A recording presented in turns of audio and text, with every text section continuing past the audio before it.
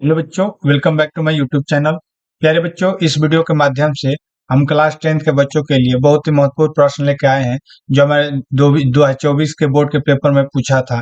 तो आइए देखते हैं कि ये जो प्रश्न है अगर पेपर में बार बार आता है तो कैसे इसको हल करेंगे। तो यहाँ पर देखिए प्रश्न कह रहा है कि 7 मीटर एक ऊंचे भवन के शिखर से, कोई एक शिखर है, कोई भवन का शिखर है जिसका 7 मीटर क्या है ऊंचाई है। तो कह रहा है कि शिखर से एक केबल टावर के शिखर का उन्नयन कोण 60 अंश दिया है और इसके पाद का अवनमन कोण दिया है 45 अंश दिया है। तो कह रहा है कि टावर की ऊंचाई ज्ञात कीजिए। तो यही आपका प्रश्न आपको 6 नंबर में पूछा गया था। ठीक है, तो यहाँ पर देखिए दो आपको एंगल दिया है, एक दिया है उन्नयन, एक दिया है अवनमन। तो दोनों कोण के बारे में एकदम डिटेल में आपको जान देना चाहिए कि देखिए उन्नयन कोण जो होता है नीचे से ऊपर की ओर देखने के बाद जो एंगल बनता है उसको हम लोग उन्नयन कहते हैं, और नीचे से और ऊपर से नीचे की ओर देखने पे जो एंगल बनता है उसको हम लोग अवनमन कोण कहते हैं। ये आपको डाउट एकदम क्लियर होना चाहिए। तो ठीक है, तो यहाँ पर इस प्रकार के प्रश्न का हल करने के लिए हम लोग क्या करते हैं,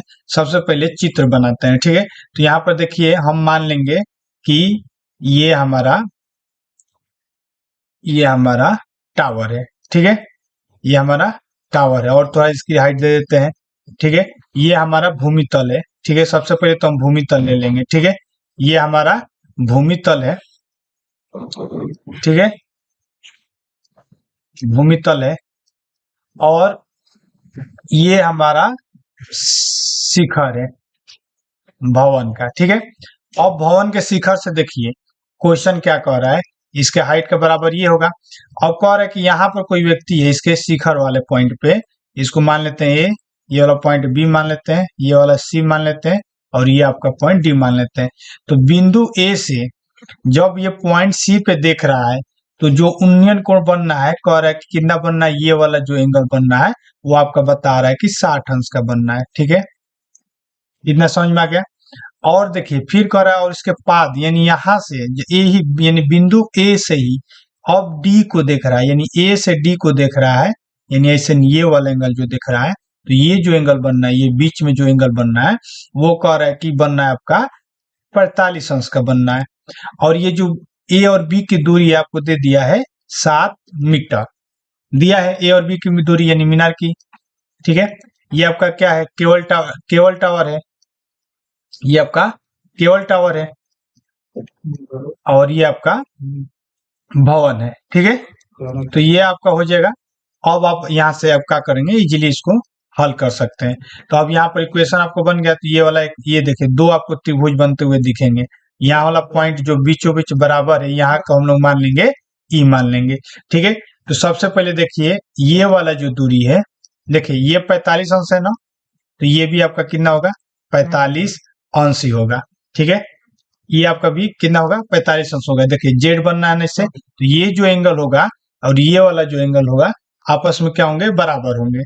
ठीक है, अब आगे देखिए, अब ये वाला अगर 60 है, ठीक है, और ये आपका 90 बनना है, तो ये वाला आपका तो 30 बनेगा। ठीक है, अब सबसे पहले ये त्रिभुज देखिए, छोटा वाला त्रिभुज ले लेंगे, ए बी और डी ले लेंगे। तो लिख ले, ऐसे लिख देंगे, त्रिभुज लिखेंगे, त्रिभुज ए बी और डी में। ठीक है, अब इस वाले त्रिभुज में ले लेंगे। तो अब यहाँ पर एंगल मालूम चली गया है। अब यहाँ पर आपको पता है कि tan थीटा इक्वल टू होता है लंब बटा आधार। ठीक है, लंब बटा था। तो यहाँ पर देखिए tan थीटा के जगह पर हम लोग 45 अंश ले लेंगे, ले लेते हैं। और देखिए थीटा के सामने वाला लंब होता है, लंब आपका कितना है, जो भवन की ऊंचाई है यानी 7 हो जाएगा। और आधार हमको नहीं पता है तो आधार को मान लेते हैं x। ठीक है, तो ये आपका हो जाएगा x। अब tan 45 अंश को क्या करेंगे, इसी को हल करेंगे। tan 45 अंश का मान 1 होता है और ये आपका 7/x हो जाएगा, x इधर आ जाएगा तो गुणा कर दें तो x का मान भी क्या होगा, 7 मीटर ही होगा। तो याद रखिए जब एंगल 45 बनता है तो उसके सामने वाला जो होता है उसका आधार आपस में बराबर होता है, यानी x का भी मान कितना हो जाएगा, 7 मीटर हो जाएगा। तो देखिए जब नीचे वाला आपका 7 आ गया, ये भी आपका 7 है, तो ये वाला सामने वाला भी तो 7 ही रहेगा। ठीक है, और ये दोनों के बीच की दूरी 7 निकल गया आपका, तो ये भी दूरी आपका कितना हो जाएगा, 7 मीटर हो जाएगा। ठीक है, तो अब ये हम लोग त्रिभुज ए सी और डी, ए सी और ई को हम लोग साफ कर लेंगे। ठीक है, तो हम लोग निकाल लेंगे त्रिभुज ए और सी और ई को ले लेंगे, ठीक है। अब इसमें देखिए एंगल हम या तो 30 लेंगे या 60 लेंगे, तो हम 60 ही से ले लेते हैं। तो अब ले लेंगे tan 60 अंश, ठीक है। अब 60 अंश यानी लंब, लंब बटा आधार, तो लंब ये वाली भुजा हो गया, यानी ये वाला भुजा हम मान लेते हैं y, ठीक है। ये वाला भुजा हम मान लेते हैं y, तो ये हो जाएगा y बटा में ये वाला भुजा आधार है, आधार हमारा अभी 7 आया था, ठीक है, तो ये 7 हो जाएगा। अब tan 60 अंश का मान कितना होता है, √3 होता है, इक्वल टू y बटा 7 हो जाएगा, यानी y का मान कितना हो गया, 7 √3 आ गया, ठीक है बाबू। ये हो गया आपका y का मान, यानी y का मान ये वाला दूरी है, ठीक है। तो कह रहा है कि टावर की ऊंचाई ज्ञात करना है, तो केबल टावर की ऊंचाई ज्ञात करना है, तो ध्यान से देखिए, तब